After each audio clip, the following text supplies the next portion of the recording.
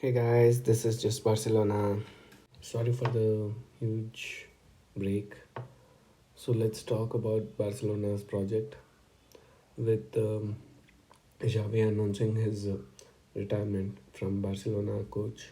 Hansi Flick has been touted as number one contender for the post. We all know Laporta loves German coaches. There are great things about appointing Hansi Flick as Barcelona coach. For example, his limited experience as a head coach of any team or club shows that his team plays high intensity football with fitness in its maximum. Like, for example, his tenure as a Bayern Munich coach, the intensity of that team was insane. So that's a good thing. The Barcelona can improve a lot with high intensity and fitness areas. So, but the main question with Hansi Flick is his lack of experience in the top tier. It's not a question of his capacity, but the only top league team he managed is Bayern Munich, that too for just one season, and he went to national team, which was not such a successful campaign. On the other hand, in the one season he coached, he managed to win the historic sextuple, winning all the trophies that was to offer to Bayern Munich. But there is also speculation that it was a freak season because of the COVID and everything. So he still can be considered untested, but not a bad coach technically. So that's um, good. But there are some questions like, does he know how to develop the youth academy? Like, Barcelona is majorly dependent on La Masia for his youth prospects and first team players. The core players is always on La Masia.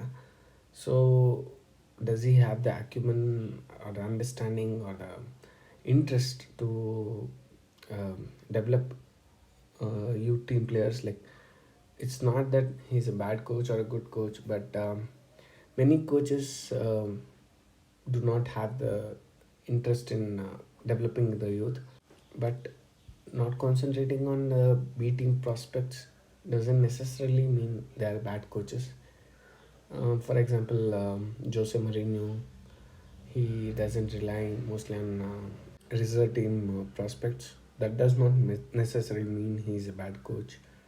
And also Carlos Ancelotti, these are not the coaches you think as of development of the youth team.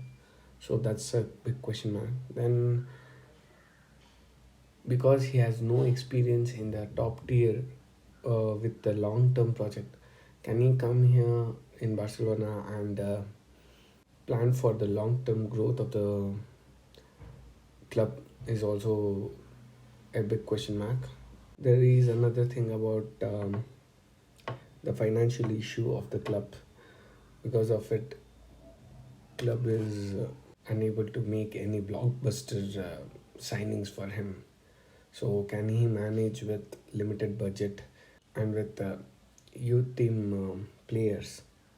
That's also comes to question. So that must be discussed properly, because we have seen in the past coaches who rely mostly on transfers, and Barcelona doesn't necessarily have a great record when it comes to buying good prospects with huge money. The example being Coutinho, Dembele, Griezmann.